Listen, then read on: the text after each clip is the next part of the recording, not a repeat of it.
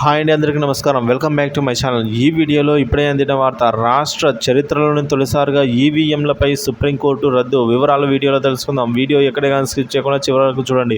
దయచేసి వీడియోకి అయితే ఒక లైక్ చేయండి. ఇక విషయానికి వచ్చినట్లయితే ఈవీఎంకి సంబంధించి సుప్రీంకోర్టులో పిటిషన్ దాఖలైంది. ఎగ్జిట్ పోల్స్ నిజమవుతాయని నమ్మిన వారిని 2024 సార్వత్రిక ఎన్నికల ఫలితాలు సంభ్రమాశ్చర్యాలకు గురిచేస్తాయి.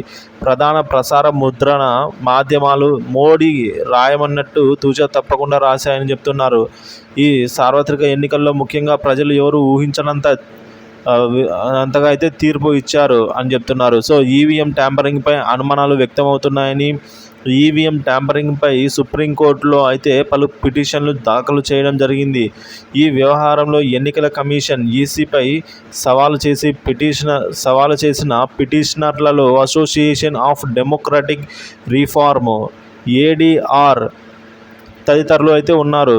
ఈ పిటిషన్లపై సుప్రీంకోర్టు విచారణ చేసే అవకాశం ఉంది. అయితే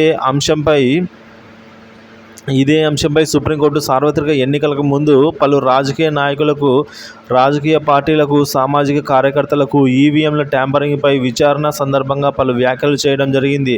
ఈసీ రాజ్యాంగబద్ధ సంస్థ కాబట్టి తాము మార్గదర్శకాలను ఇవ్వలేమని తేల్చి చెప్పింది. ఈ నేపథ్యంలో ఇవాళ వెలువడనున్న తీర్పు అయితే ప్రాధాన్యత సంతరించుకుంది.